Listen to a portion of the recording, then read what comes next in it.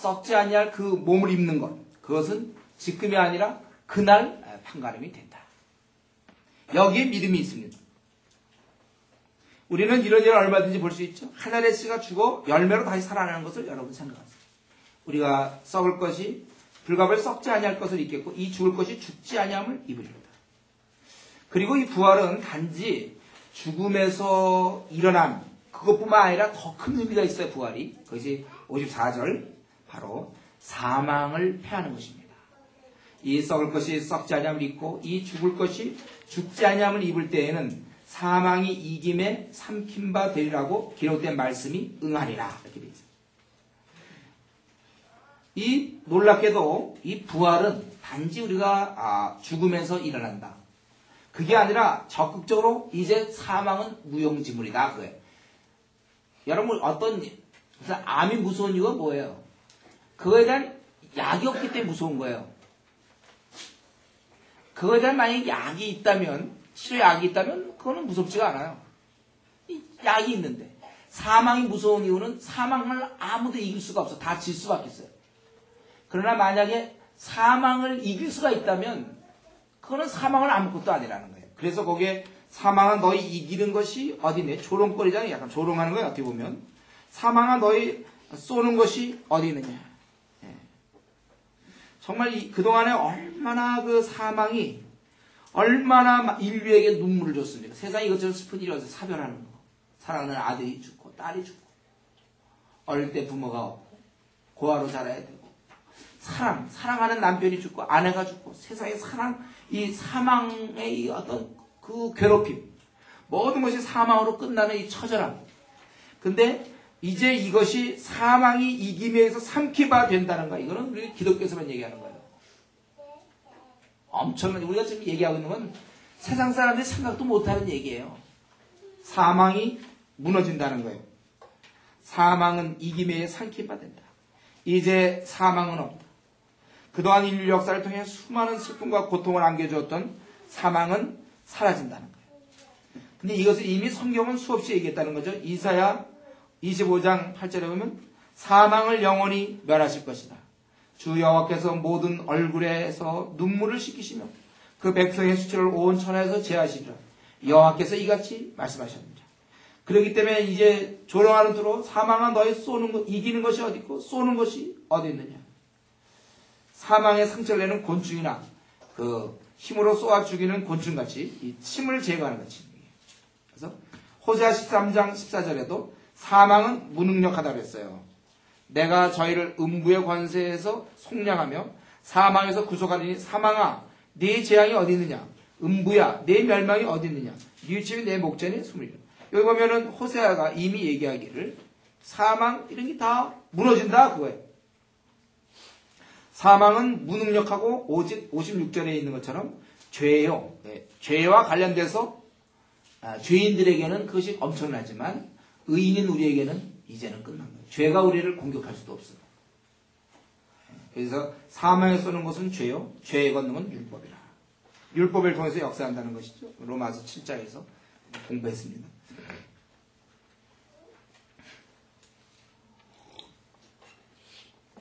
이제 이러한 것을 생각하면서 결국 이러한 모든 것을 바울사도가 들여다보니까 결국 이 은혜의 원천인 바로 예수 그리스도, 우리 주 예수 그리스도로 말미암아 우리에게 이김을 주신 하나님께 감사하노니. 여기서 이김을 준다는 것은 현재형입니다. 현재 그렇다는 거예요. 계속해서 주시는 거 이김을 주시고 지금도 우리에게 이김을 주셔서 우리가 이렇게 신앙생활하고 있지 않습니까? 그도 우리가 이 눈에 보이지 않는 것을 바라면서 이 나그네 길을 가고 있지 않나요? 우리가 최후 소망을 저 여러분 죽음을 이기는 그 사망을 패하는 그 부활을 믿고 있는 사람들이에요. 그래서 지금도 우리는 이김을 주세요. 그렇기 때문에 이제 그러므로 58절 결론이죠. 내 사랑하는 형제들아 견고하며 흔들리지 말며 항상 주의 일에 더욱 힘쓰는 자들이 되라. 이는 너희 수고가 주 안에서 헛되지 않을 줄 아멘이라. 이 말은요 부활을 믿으라는 호소가 아니에요. 이건 권면입니다. 너희가 주의 일에 더욱 힘쓰라. 이게 바로 우리가 주님의 은혜에 대한 우리의 태도로서 마땅한 거예요. 57절에 은혜를 하나님께서 우리에게 은혜를, 이김을 주셨잖아요. 우리가 그분께 감사하고, 그렇다면 우리는 주의 은혜에 대한 우리의 태도로서는 주의 일에 더욱 힘쓰는 자가 되어야 마땅하다, 그것입니다. 여기 보면 견고하고 흔들리지 말며 더욱 힘쓰는 자가 되라. 왜냐하면 너희의 수고가 주 안에서 헛되지 않는다 그랬습니다. 우리가 이 약속이 있을 때 일할 수 있어요. 이때 강한 겁니다. 우리가 하는 일이 보이지 않아요. 내가 한 수고가 보이지 않습니다. 나는 열심히 일했지만 열매가 없을 수 있어요. 내가 나름대로 주님께 충성하며 당장 알아주는 사람 하나도 없고 열매도 없고 나만 괜히 바보 되는 것 같고 나만 고생하는 것 같아요. 그러나 뭐라 그랬어요? 항상 주의 일에 힘쓰는 자들이 되라. 이는 너희 수고가 주 안에서 헛되지 않을 줄 알미라. 왜 나는 꼭 남들은 다 나는 꼭 이런 일을 해야 하는가? 왜 남들은 놀고 또 다 자기 것 챙기는데 왜 나만 어떻게 보면 좀 손해보는 것 같고 또 물질적으로 시간적으로 왜 나만 이렇게 살아야 하는가?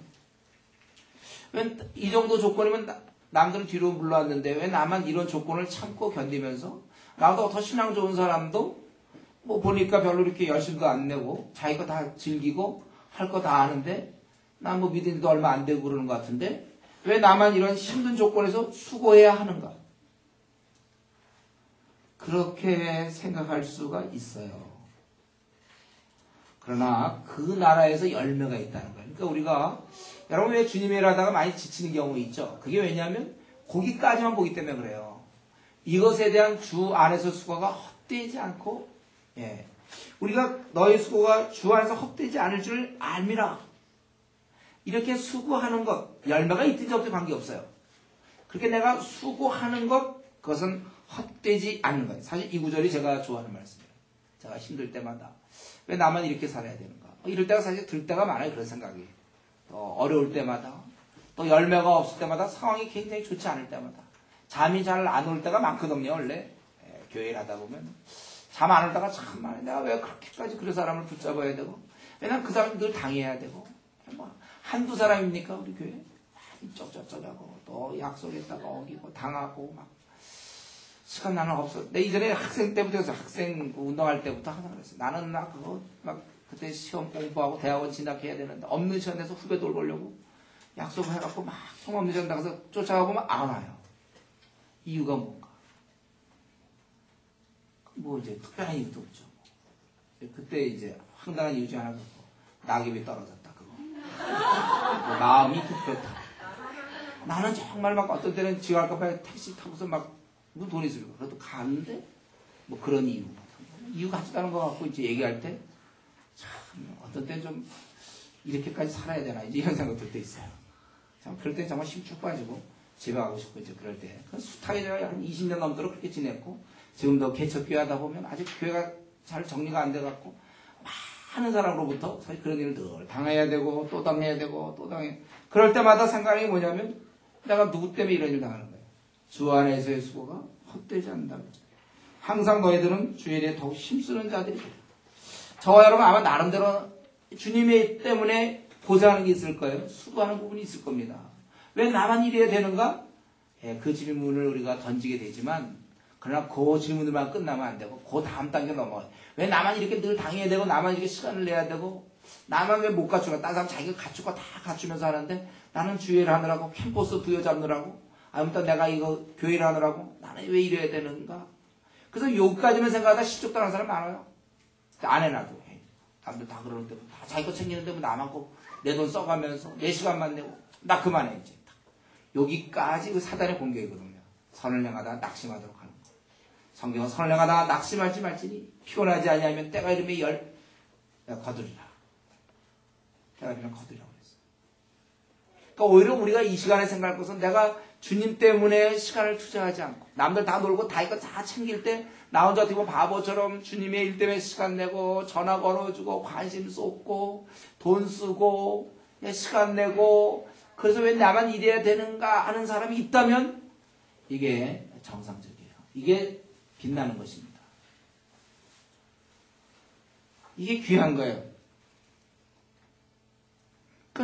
이 시간에 한번 생각해 볼 때 우리 주일에 더 힘쓰는 자라고 그러는데 내가 지금 이 시간에 하나님 앞에서, 주님 앞에서 내가 무슨 일이 힘썼습니까? 그거 다 나를 위한 거 아닌가요? 나의 어떤 즐거움과 나의 어떠한 그런 원함 때문에 내가 하고 싶은 거 하느라고 힘든 거 아닙니까? 힘쓴 이유가.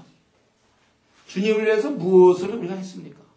하나님 나라 확장을 위해서, 한국교회의 연약한 교회를 섬기기 위해서, 중국의 성도를 위해서 나는 그동안 무엇을 했죠? 없는 시간 내가 내서 뭐 했습니까? 우리 청년 때 남들은 다 이성교제 뭐 남들 다 그런 거 할 때 나는 뭐 했습니까? 주 안에서의 수고. 우리는 이 시간에 한번 생각해. 내가 정말 이 부활의 그 영광을 믿는다면, 내가 주님의 은혜로 내가 이 사망을 패할 수 있다면, 그렇다면 내가 항상 주일에 더욱 힘쓰는 자들이라고 되라고 했는데, 나는 지난 1년 동안 무슨 일에 힘썼습니까? 내가 힘썼던 일은, 내가 속상했던 건 주로 뭐 때문에 속상했습니까? 내가 마음 아파 잠 못 자는 것은 과연 주님 어린 자 돌보느라고 그랬습니까? 아니면 자기 문제 하다가 그랬습니까? 그게 정말 주일에 항상 힘쓰는 자입니까? 수고하는 자인가요? 저는 이 시간 한번 묻고 싶어요. 내가 현재 하고 있는 수고는 무엇인가? 지난 1년 동안 내가 얼마나 눈물을 얼마나 흘렸는가? 그 눈물만큼 씨를 거둘게 되고 기쁨의 단을 거둘 것입니다. 주님을 위한 눈물, 주님 때문에 생기는 외로움, 주님 때문에 생기는 그 힘듦, 손해봄.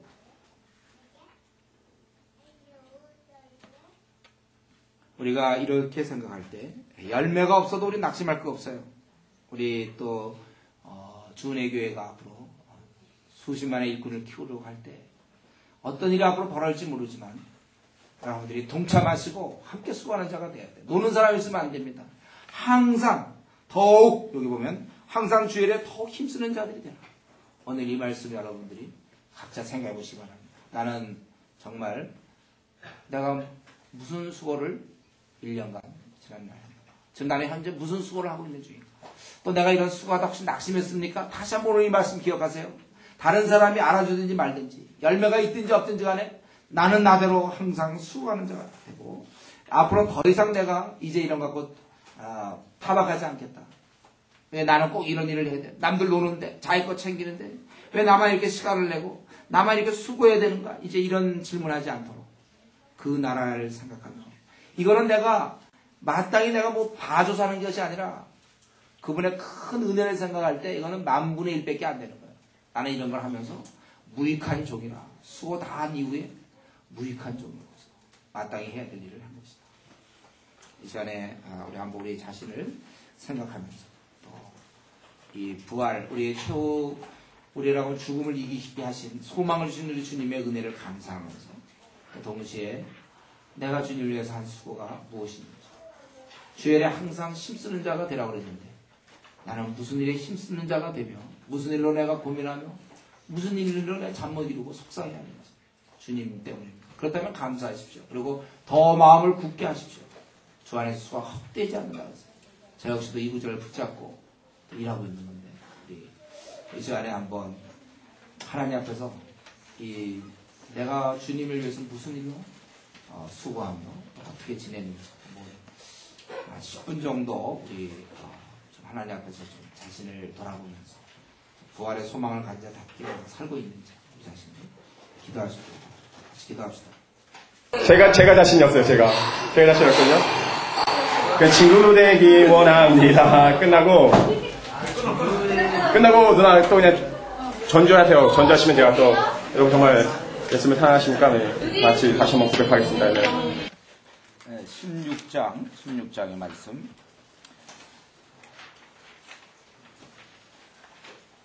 지금 1절부터 4절까지 헌금에 대한 얘기가 있죠. 예, 그 당시 예루살렘 교회가 아주 힘들어했기 때문에 그 예루살렘에 있는 성도들이 아주 어려웠기 때문에 이 사람들이 모여서 헌금을 해가지고 저들을 돕는 것입니다. 그래서 성도를 위하는 연보에 대하여는 내가 갈라디아 교회들에게 명함같이 너희도 그렇게 하라. 매 주일 첫날에 너희 각 사람이 이를 얻은 대로 저축하여 두어서 내가 갈 때 연보를 하지 않게 하라. 내가 이를 때 너희의 인정한 사람에게 편지를 줘.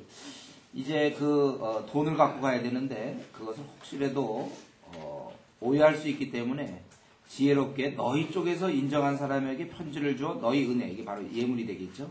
예루살렘에 가져가게 하리니 만일 나도 가는 것이 합당하면 저희가 나와 함께 하리라.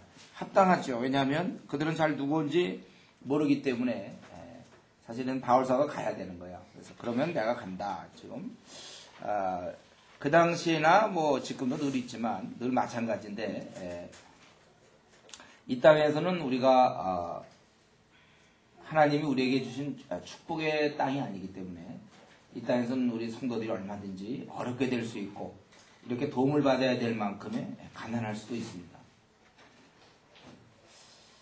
그러나 이때 있는 자들이 돌보는 거, 이거 아주 중요한 거고, 그러기 위해서 자신들이 조금씩 헌금을 해가지고 그렇게 돕는 것입니다. 여기 궁핍한 자들이 있고, 또 저들을 돕는 자가 있고, 또 그거를 지시하는 자가 이렇게 있습니다. 이런 것이 어우러져서 이 나그네 길을 보내면 돼요. 근데 나그네 길은 우리가 그냥 어떻게 하든지 먹고 살고 그냥 어떻게 가난하면 가난한 대로 빨리 지나면 됩니다. 그렇게 지내는 거예요. 그리고 이제 내가 너희에게 나갈 것이다. 그리고 이후에 갈 곳을 보내달라. 내가 마게도냐를 지나 너에게로 간다. 그러니까 고린도 위쪽이죠. 고린도 여기 아덴, 또 고린도 지방 위쪽 마게도냐. 내가 글로 나갈 것이고 그에 너희가 갈 곳을 보내달라. 그리고 내가 잘하면 이제 너희와 함께 과동 겨울을 보낼 듯하니 이는 너희가 나를 나의 갈 곳으로 보내어 주게 하게 하려니라. 이제는 지나가는 길에 너희 보기를 원치 아니하니 이는 주께서 만일 허락하시면 얼마 동안 너희와 함께 유하시기를 바랍니다. 바울사도는 이제 이런 일을 할 때 항상 보면은 자기가 그런 계획이 있지만 주께서 허락하셔야 된다. 이 모든 것은 자신의 삶을 인도하시고 이끄시는 분은 주님이시기 때문에 자기가 이런 저런 계획을 세운다 할지라도 주께서 허락하셔야 된다. 그러면 자신이 이렇게 하겠다. 그러나 지금은 어떻습니까? 지금은 내가 그런 계획이 있지만 내가 오순절까지 에베소에 유하려 하면 내게 에베소에서 지금 고린도 교회에 편지 쓰고 있는 중인데 내게 광대하고 공효를 이루나 효과가 좋은 문이 열리고 대적하는 자가 많음이라. 지금 바울사도는 이제 오순절까지 에베소에 머물려고 합니다. 지금 전도여행으로 보면 3차 전도여행 중인데 그래서 왜 자기가 빨리 안 가고 여기 머물려고 하냐면 에베소에 아주 효율적인 사역을 위해서 거대한 문이 열리고 있다는 거예요. 그래서 자신이 있어야 되겠다. 또 동시에 대적하는 자가 많다. 그렇게 얘기했어요. 바울 사도가 이렇게 사역을 할 때 물론 문이 열리면 참 좋죠. 그러나 항상 그래 문이 열리는 것만이 아니고 이렇게 대적하는 자들이 또 많아요. 그런 가운데서 일하는 것입니다. 바울도 늘 대적하는 자들의 공격을 받아오면서 복음 사역을 감당했지 늘 우호적인 분위기에서 이 복음 사역을 감당한 것이 아닙니다. 우리가 이 주님의 일을 하려고 할 때 특별히 중국 같은 경우에는 얼마나 어려운 가운데서 지금 복음 사역을 감당하고 있습니다. 또 우리가 주의 나라 위해서 일해보려고 그럴 때 이러한 어려움이 항상 우리에게 있다는 사실. 여러분 신앙생활 할 때 뭐 집에서 다 협조해서 이렇게 하는 게 아니에요. 또 여러 가지 환경이 좋아서 이렇게 하는 거 아닙니다. 다 나름대로 어려움이 있지만 이제 그런 가운데서도 우리가 하는 거예요. 이런 공직을 자꾸 까먹고 또 좀 어렵게만 하면 혹시 또 하나님이 막는 거 아닌가 자꾸 이런 거. 그게 어떻게 하나님이 막겠습니까 여러분. 어려운 게 막는 겁니다 여러분. 명심하세요. 어려운 건 막는 게 아니에요. 오히려 사단이 막을 수 있을걸요. 여러분들이 복음을 전하고 주님의 일을 좀 해보려고 할 때 이런저런 환경이 자꾸 안 열리고 답답하게 될 때 그때 기도해야 되는 거예요. 그때 우리가 기도하고 복음 전하는 것은 바로 이럴 때 하는 것이다. 이것을 우리가 기억해야 될 것입니다. 근데 우리 여기서 한 가지 배워야 될 것은 무엇입니까? 바울은 자신이 에베소를 보면서 에베소 전체를 보면서 지금 광대하고 공효를 이루는 문이 열렸다. 이러한 기류를 바울 사도가 보고 있었다는 것. 이게 이제 저는 바울 서신을 보다 보면 이제 이런 것들이 참 도전을 받아요. 그냥 우리는 같이 그때 에베소에 있는 사람들이 한두 명이었겠습니까? 근데 바울의 눈에는 복음의 문이 열리고 있구나. 이걸 쫙 이렇게 보고 있었다는 거예요. 그런 안목. 이거를 우리가 사실은 얻어야 되는데, 이런 안목들을. 여러분 지금 계획에 이런 거 언제쯤 얻을 계획이 있어요? 우리가 이걸 얻어야 돼, 이런 걸. 지금이 몇 시인가 딱 보고 상황이 어떻게 돌아가는가. 바울사도 눈에는 아마 누가 바울이 그런 거 보고 있을 거라고 누가 생각했습니까? 바울이 이렇게 에베소를 들여다보면서 문이 열리고 있고, 광대한 문이 공연을 효과적인 그런 문이 열리고 있다. 그러니까 자기가 여기 남아야 되는구나. 지금 떠나면 안 되는 거거든요. 그런 게 안 보이면 그냥 떠날지 모르죠. 그러니까 보이니까 있어야 되겠다.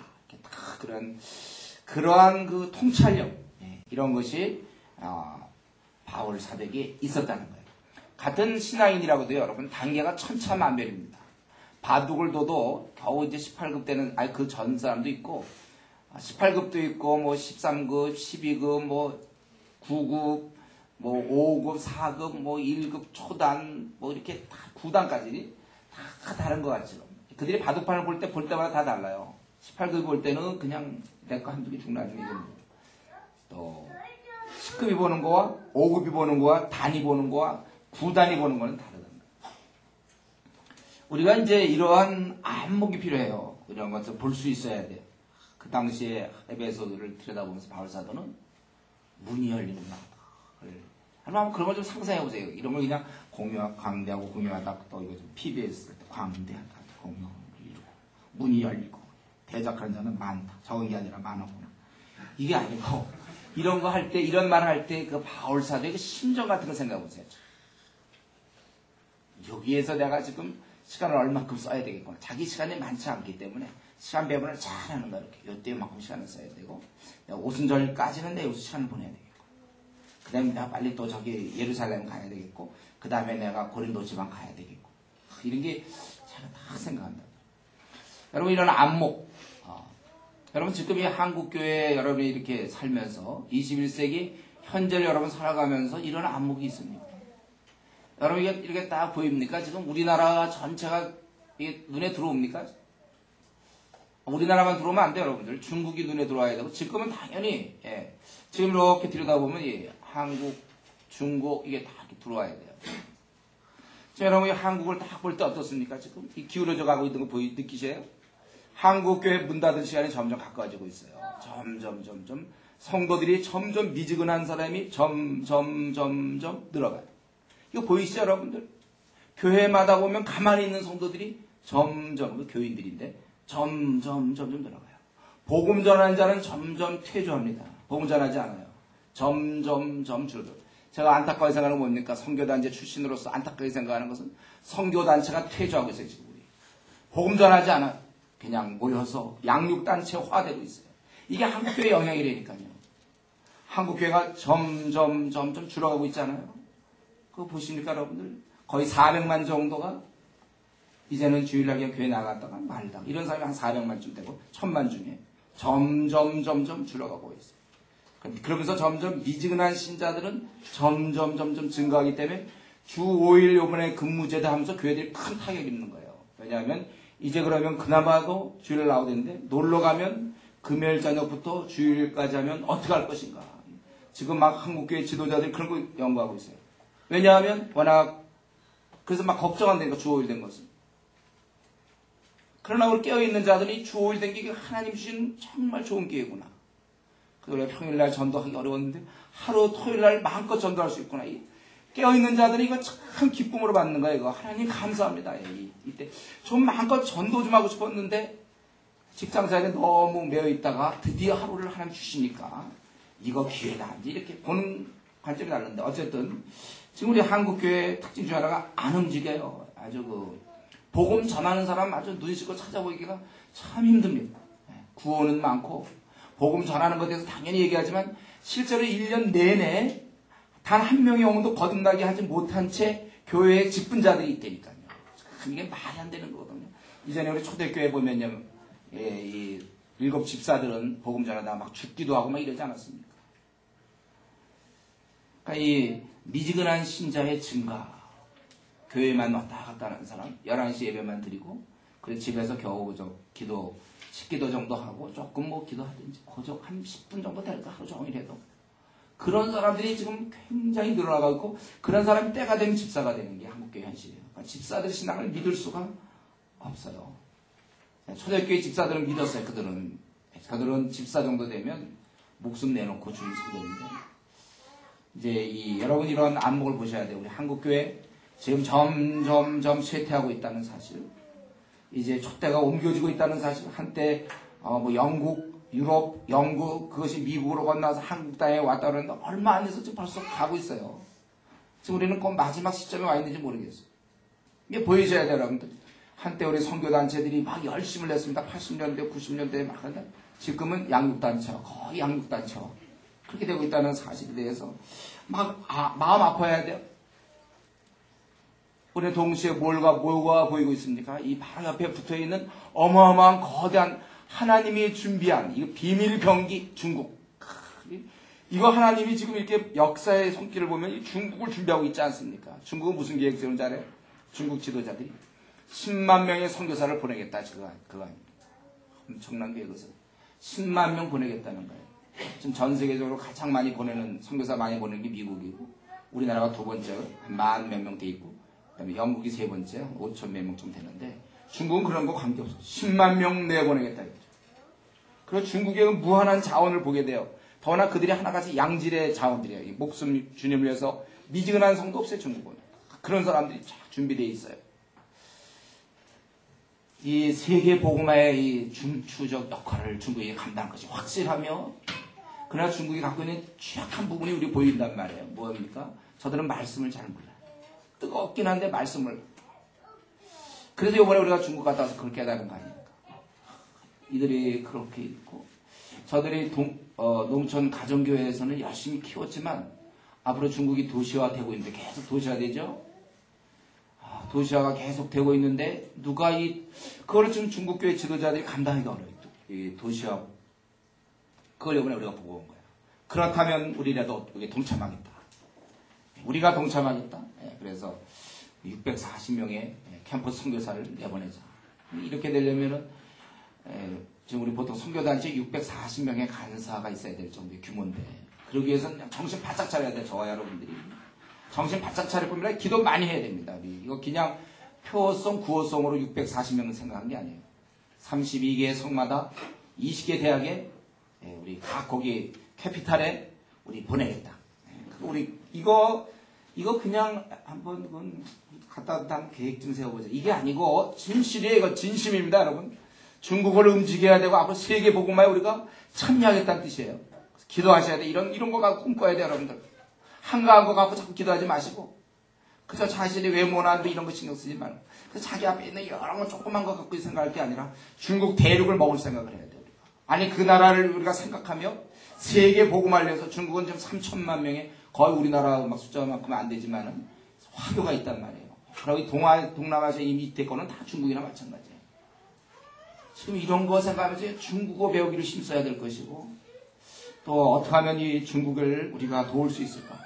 10만 명의 선교사를 보내려는 중국에 재정 지원을 어떻게 할 것이며 또 거기에 어떻게 동참하여 함께 일할 것인가?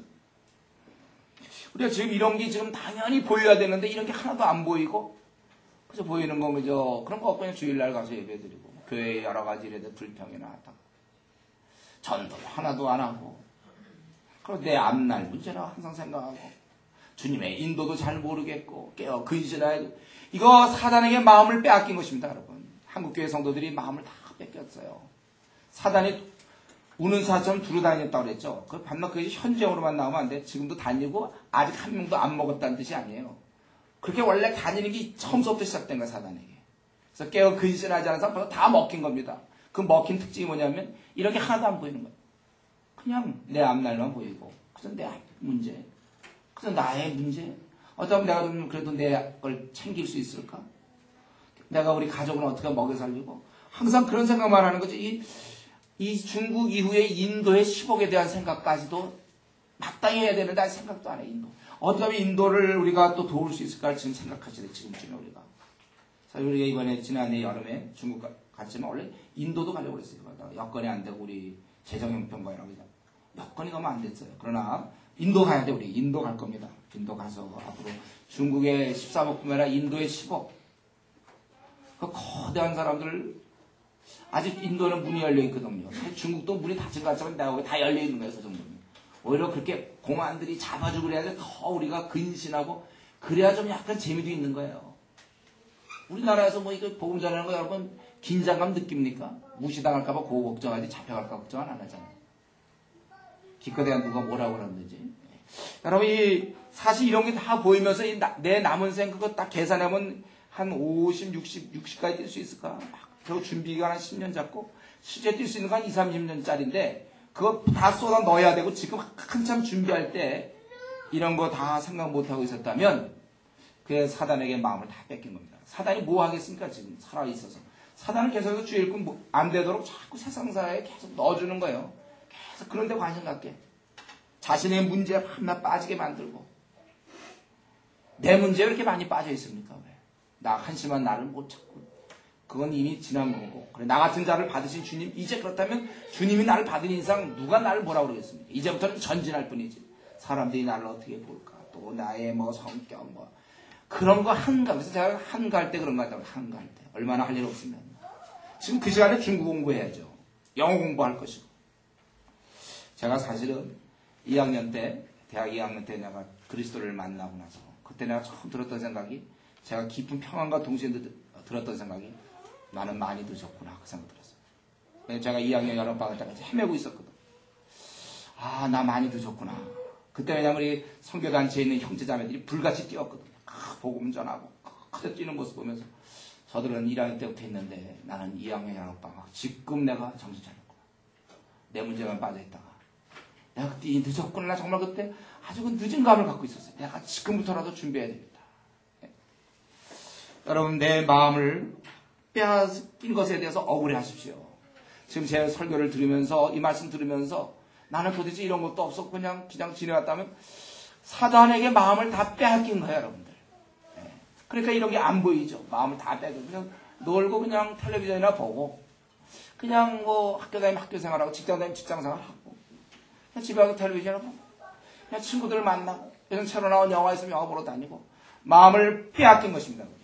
일꾼이 될 수 없어요. 그런 사람은 일꾼이 되지 못해요. 늘 자기 문제만 생각하게 돼 있어요. 일꾼이 안 되니까. 이제 깨워야 돼요, 여러분. 이번 기간이 사실 여러분 그거 깨우려고 하는 거야, 이거. 이걸 좀 어떻게, 여기서부터 이걸 다 눈을 열어야 되겠는데. 제가 이전에 외대 지도할 때, 그때 한 형제가 있었어요. 그 형제가, 육사 원래 이제, 거기 출신이고, 거기서 이제 뛰어나가지고, 위탁교육을 받다가, 그래서 그분이 오셨는데, 그분은 원래 모태신앙이에요. 근데 워낙 이제 노는 거 좋아하고, 아주 그 머리가 잘 돌아가서 거기서 원래, 비정규전, 전쟁 안 할 때, 써먹으려고, 육사 교관으로 써먹으려고 이제 보낸 사람이에요. 들어갈 때가 우수하게 들어갔던 사람이에요. 아주 그냥 좀 그런 사람 하나 있어. 아주 그냥 특이한 사람 하나 있었는데. 그 사람 뭐였냐면, 와갖고는 머리 다 기르고 좋잖아요. 월급 다 나오고. 그러니까 월급은 집안에 이제 이분이 아버님 안 계시고 자신이 다 하는 거예요. 그런 건 다 집에다 주고. 그 다음에 이 사람 뭐였냐면, 포카해가지고 돈 다 따고 있잖아요. 그걸로 용돈 쓰고 밤낮 놀고 있잖아요. 그리고 이제 괜히 이제 1학년 교양 수업 있으면 거기 수영 같은 거 있으면 그때 가는 거예요. 자기가 도와주겠다고. 누가 도와달라는 거죠. 도와준다고. 괜히 거기 가서 이제 그 여학생들 사귀고. 그래서 이 형제는 물속에 뚝 들어가면 안 나와. 막 25m 같은 거 막 밑에서 기어 나와. 딱 나오고 막 수영 선수. 아파본 적도 없어. 자신만만하고. 근데 신앙은 어릴 때부터 신앙을 좀 갖고 있어요. 그러니까 이제 그 사람이 이제 한 학기 죄 짓고, 그 다음에 이제 뭐 하나 뭐 수련 같은 거 있으면 거기 가는 거예요. 재중 회개하고, 그 다음에 또 한 학기 또 보내고, 회개하고, 이렇게 놀던 그런 사람이에요.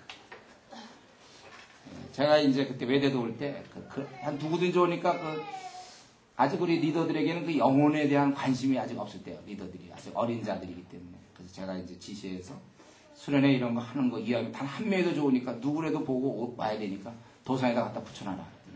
그럼 붙일 생각도 안 하다가 이제 갖다 하나 붙여놨어요. 그때 이제 이 형제가 왔다 갔다 하다가 이제 회개할 때를 찾아야 되거든요. 그래서 이제 뭐 하나 있거든. 그래서 왔어요. 저랑 이제 딱 만났는데 그때 선글라스 딱 끼고 난 누구예요? 딱 이렇게 이제 악수 딱 하고 그랬어요.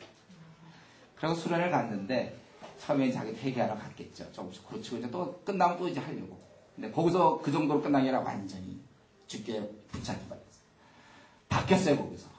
사장님이 거기서 다시 태어나서 다시 못해서 애였지만 자기가 헛사는 것을 알고 제가 그때 수련을 딱 하면서 그 형제를 봤는데 이 바뀌는 게 보이더라고요. 딱 맨 끝날 결단하고 일어나는데 저 사람이 앞으로 아주 정말 하나님 위해서 한번 살 것 같다. 내가 그런 생각이 있어요. 다른 사람 어떻게 보는지 몰라서 껄렁껄렁하게 맞으면 나는 그때 저 사람이 할 것 같다. 정말 제 생각대로 딱 바뀌고 나서부터는요. 정말 주님을 위해 사는 거예요. 아주 열정적으로. 나 새로운 사람 데려오고 전도하고 만나면 복음 얘기밖에 없어요.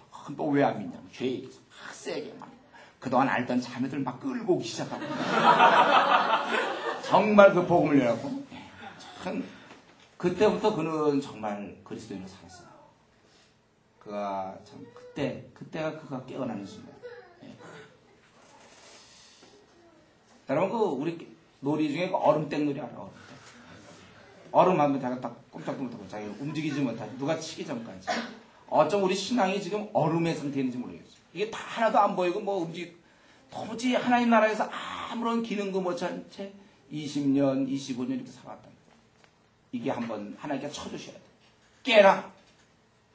그러면 제가 그때 대학교 2학년 때 깬 것처럼 그때 저는 모태시라고 그냥 아무 생각 없이 교회 활동이나 하고 맨날 교회에서 지내고 교회에서 제가 신앙이 제일 좋다는 소리 들었어요. 제가 그래도 지나고 나는 어떻게 되는지도 뭐가 어떻게 되는지도 모르고 그냥 재밌었어요. 저는 교회 생활 그냥 형 동생 아는 사람 되게 많고 교회만 가면 아지트니까 거기 가면 이제 예배만 끝나면 벌써 놀 팀들이 다 구성돼 있어요. 그냥 재밌고 그러다가 제가 그때 깨어나고서 너무 늦었구나. 그때 저는 정말 5학기를 건졌습니다. 5학기를 열심히 제가 복음을 증거했고 그때 제가 바울 서신 보면서 많이 울었고 깊은 잠을 자고 있었고 그게 지금까지 이렇게 계속되는 건 한 번이 아까 얘기했던 그 형제가처럼 한 번 자기가 그때 딱 깨어나고는 그 다음 돌아오진 않아요. 그 다음부터는 그 길 가는 거예요. 정말 그런 바울 사도 같았어요.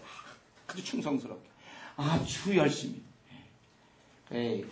제가 외대에 처음 섬길 때 3명 정도 같이 모여서 시작을 했고 1년 정도 지나면서부터 벌써 30명, 40명, 50명 이렇게 대부분이 거듭난 사람들이에요. 모임에서 60명 아주 큰 그 당시에를 볼 때는 조금 큰 모임에 속했어요.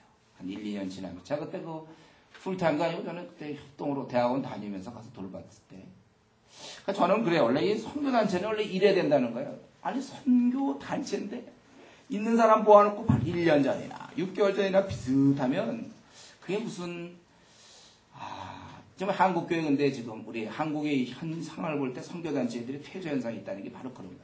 그대로 고여 있어요. 그대로. 지금 뭐 IBF, CCC, 조이 또 많은 선교단체들이 이름을 다 되긴 그렇지만 그대로 있어요. 이게 무슨 선교입니까? 이게 무슨 불타는 모임입니까? 영혼들 구원하기 위해서 막 뛰어야 되는데 그러니까 자기들끼리 모여서 한나 자신의 문제 또 다른 양육단체 아주 안타까워요. 이게 한번 믿는다는 것은 결단이고 방향을 바꾸고 제가 아는 그 손 교수님이신데 그분이 연대 그 세브란스의 내과에 있었습니다. 이제 아주 거기서 탄탄했고 아주 실력 있는 자였고 교수였고 그러나 그가 그리스도를 늦게 발견했어요.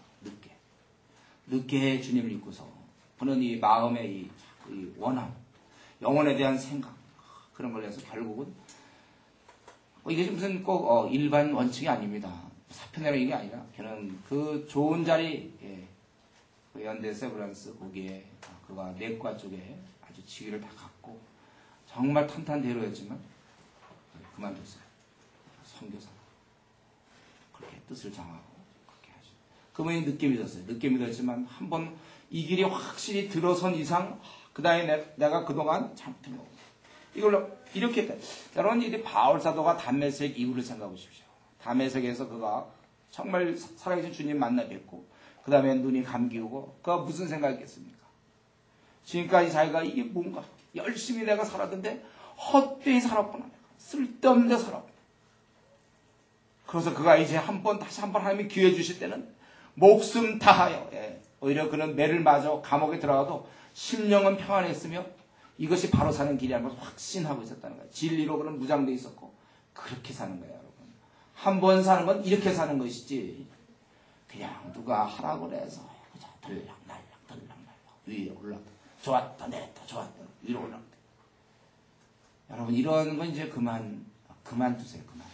이런 삶은 우리가 이제 정리하고 한번 내가 이거 깨달았으면 이제 이 길을 그냥 혼자 가는 거예요.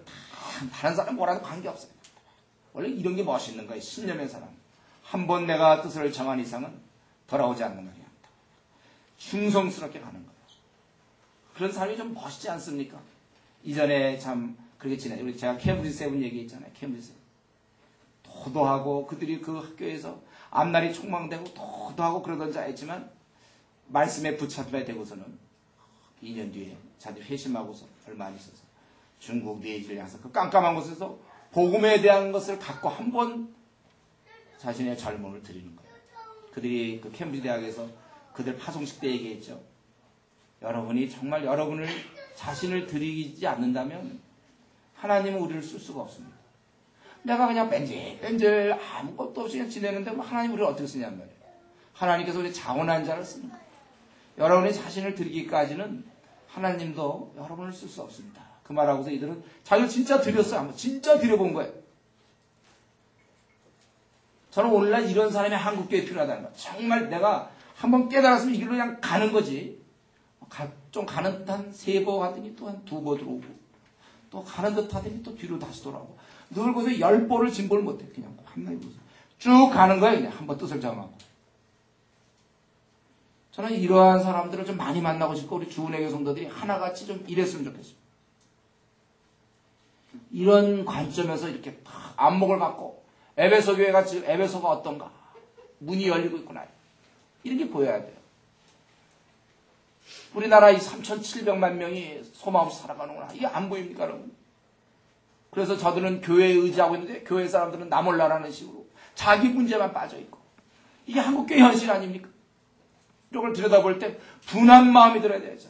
이전에 청년 때 제가 얼마나 울었는지 몰라요. 이 시대를 제가 깨닫고 나서 한국교회가 이렇게 난 내가 몸담고 있는 한국교회가 이렇게 허약할 줄 몰랐는데 제가 그때 눈을 뜨고 나서 바라보니까 그래서 많이 울었습니다. 정말 울었어요 그때 제가. 이렇게 답답을 세상이 이렇게 억울할 수가 있는가? 이럴 수가 있나? 아니 뭐 나는 여기 그냥 나도 아무 생각 없이 살아오다니 원망스럽죠. 물론 교계 지도자들이 날 이렇게 빼게 못 만들어준 거에 대해서 정말 눈물이 났어요. 그때 제가 많이 울었습니다. 나라도 이제 주님께 충성하겠다. 난 이 길 가겠다. 뜻을 정하고 사실 지금까지 오는 거예요. 제 얘기하려는 게 아니고 우리가 바로 이러한 사람이 돼야 된다는 거예요. 한번 그 길 갔으면 그냥 정말 그 길에 미친 사람처럼 가는 거지. 또 세상을 쫓고 또 핫다리 그렇게 나를 조롱하는 사단에 대해서 미워하셔야 돼요. 여러분. 사실 그 사람보다 그 사람을 그렇게 만든 그 사단이 사실 미워요. 왜 그걸 그렇게 만듭니까? 사단이 그냥 그 사람을 막 흔들어 놓는 거예요. 여러분이 더 늦기 전에 주님께 확실하게 돌아오세요. 그러고는 그 길 그냥 가는 거야. 다른 사람 뭐라든 좀 불타올라야 돼. 우리 바울사도나 이 옛날 초대교회 사람들은 세상 천하를 소동케 하는 자라고 그랬지 않습니까? 여러분이 있는 캠퍼스에 여러분에 의해서 캠퍼스가 소란합니까? 그 한 사람에 의해서 좀 소란해야 돼. 소동이 일어나야 된단 말이에요. 캠퍼스가. 저는 사실 그러한 사람 보고 싶어요. 요즘 선교단체에 대해서 그런 생각이 있어요. 좀 그 선교단체가 있으면 그 대학에 좀 한 몇백 명씩 주님께 회심하고 돌아와야지. 그럼 내가 있는, 여러분 그런 생각이 있어요. 내가 그 단체에 소속한 이상 이 캠퍼스 애들은 나한테 죽었다 이런 생각하셔야죠. 어떻게 가만 놔둡니까 내가. 하나님의 내가 사자로서.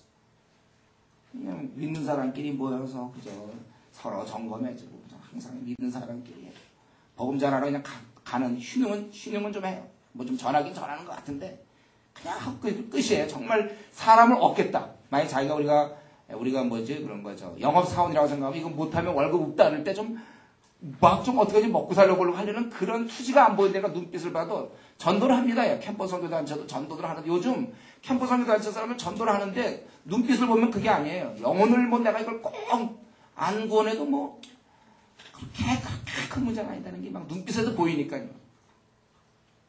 주은혜 교회가 만약에 지금 한 우리 200명 뭐 이렇게 돼갖고 우리끼리 오고 있으면 전 정말이지 저는 교회 떠나고 싶어요.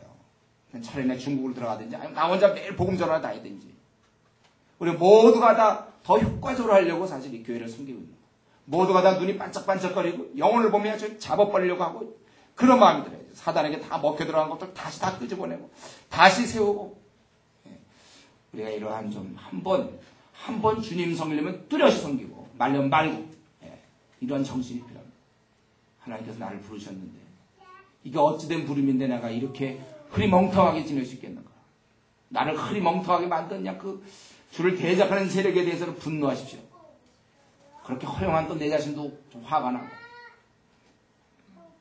바울사도 눈에는 내게 광대하고 공효를 이루는 분이 열리고 또 대적하는 자가 많지만 그러나 자기는 하려고 그래요. 이제 그는 고린도 교회에게 디모데가 이루더라. 디모데를 그가 명해서 고린도 교회 하라고 보냈습니다.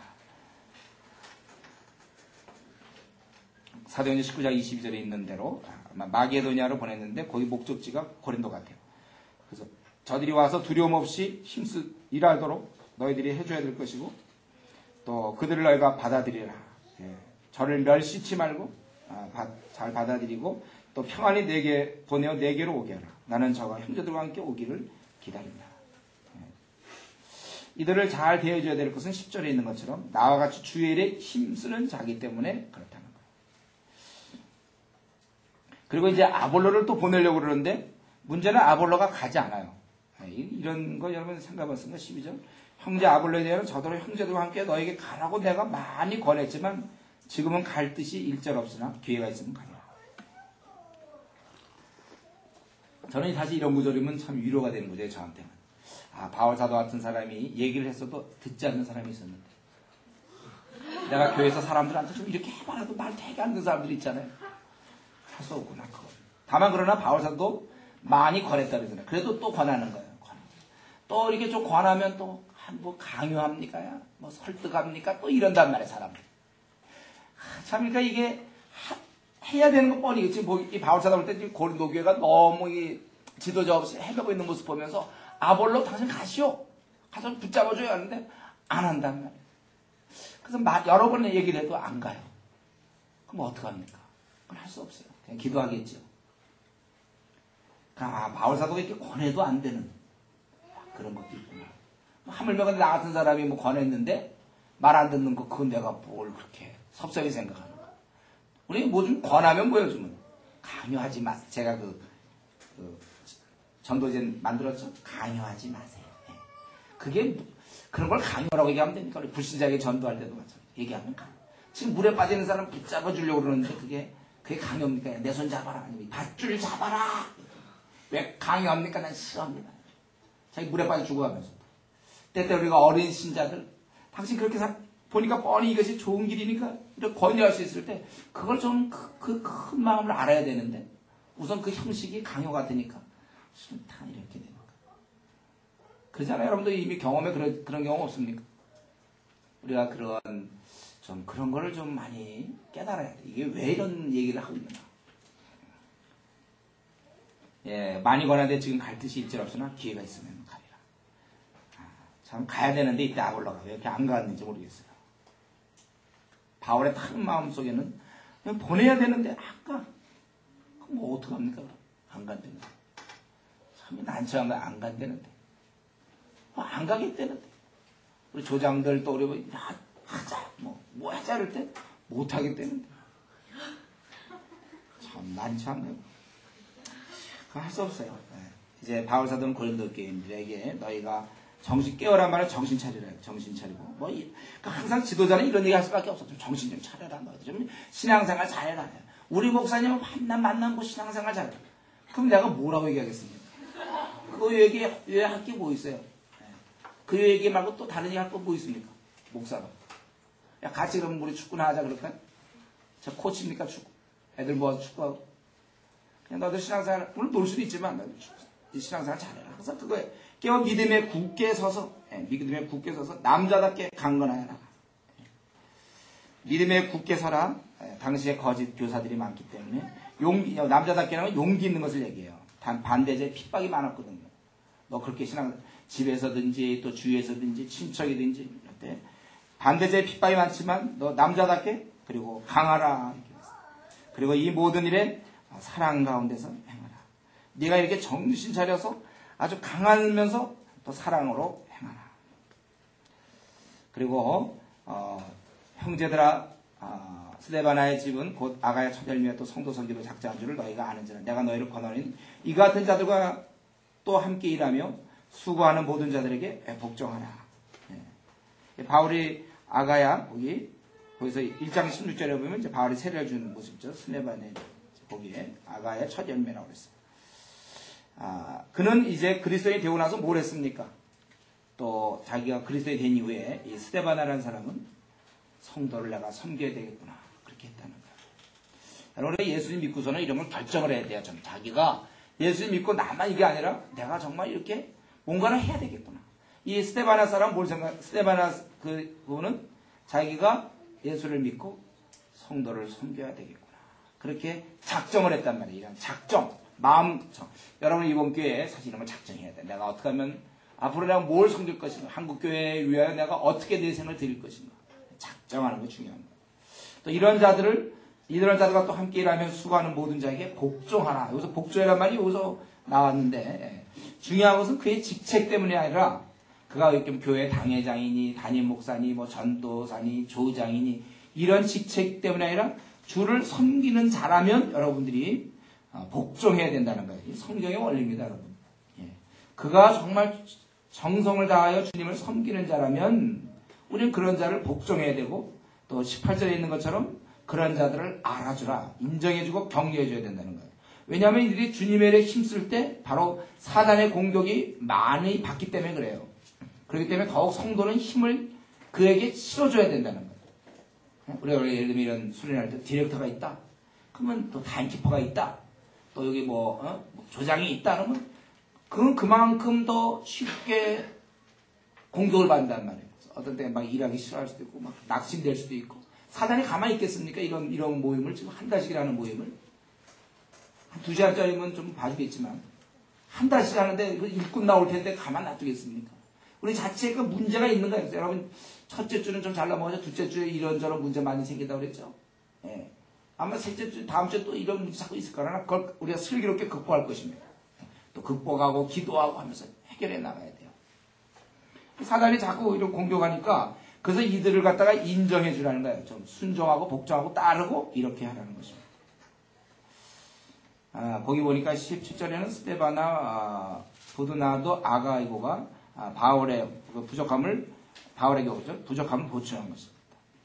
그리고 이제 19절부터 이제 마지막 24절까지 인사와 문안을 하죠. 그래서 아시아의 교회들이 너에게 문안하고 아글라와 브리스가와 및 그 집에 있는 교회가 주 안에서 너에게 간절히 문안하고 모든 형제들 너에게 문안하니 너희는 거룩하게 입맞춤으로 서로 문안하라. 거룩한 입맞춤이라는 것은 고대 동방의 보편적 예식이었어요. 남자가 남자에게, 여자가 여자에게. 그래서 주님 안에 서로 존경과 사랑을 보이는 거예요.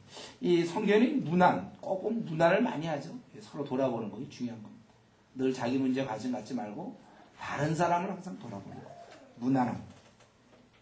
교회 가서 저 예배만 쓱 드리고 집에 가고, 성경공부하고 집에 가고, 다른 사람이 어떻게 지내는지 관심이 없는 사람이 있어요. 예, 제가 이성교제에 대해서, 우리 가운데도 좀 이성교제도 하고 그러지. 그거에 한 가지 약한 부분이 있는데 뭐냐면, 이성교제하게 되면 아무래도 이 두 사람 간에 아무래도 친밀해진다. 얘기를 많이 하게 돼. 그런 게 이성교제죠, 그러니까 대신 다른 사람에 대해서 그만큼 에너지를 많이 못 쏟아요. 그러니까 여러분들이 지금 이성교제 하는 분들은 그걸 염두에 둬야 돼요. 그만큼 남들보다 더 노력해야 되겠구나. 아니, 자꾸 두 사람이라도 족하거든요. 둘이서만 얘기해도 좋은데 교회 다니는 것도 좋고, 충분한데 굳이 다른 사람까지. 그러나 성경에 문안하라. 서로 이렇게 문안하는 거야, 우리가. 이런 면에 신경 써야 돼요.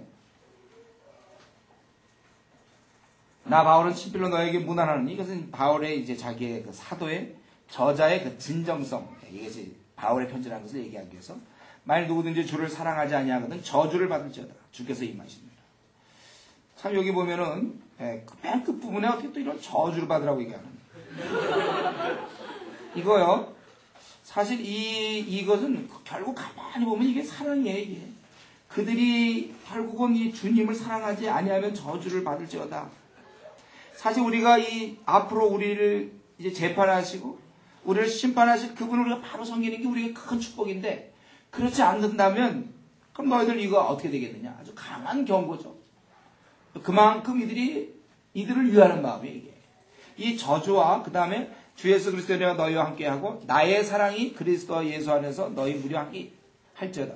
나의 사랑이라고 얘기할 정도로 고린도 교회를 사랑하는 것과 이 저주는 나누지 않습니다. 오히려 저들에 대한 특별한 사랑이 있기 때문에 이런 말도 하는 거예요, 여러분. 사실 이런 말들은 아무나 못합니다. 부모가 아니면 이렇게 못하는 거예요. 사실 바울이 그들을 사랑하고 있었어요. 우리 지금 1장부터 쭉 16장까지 보니까 뭐 야단도 치고 너희가 뭐 어린 자다, 육에 속한 자다, 그리고 이런 자를 내어 쫓으라 막 지금까지 쭉 보니까 이 16장 전체가 사실은 바울 사도가 고린도 교회를 사랑하고 있었답니다.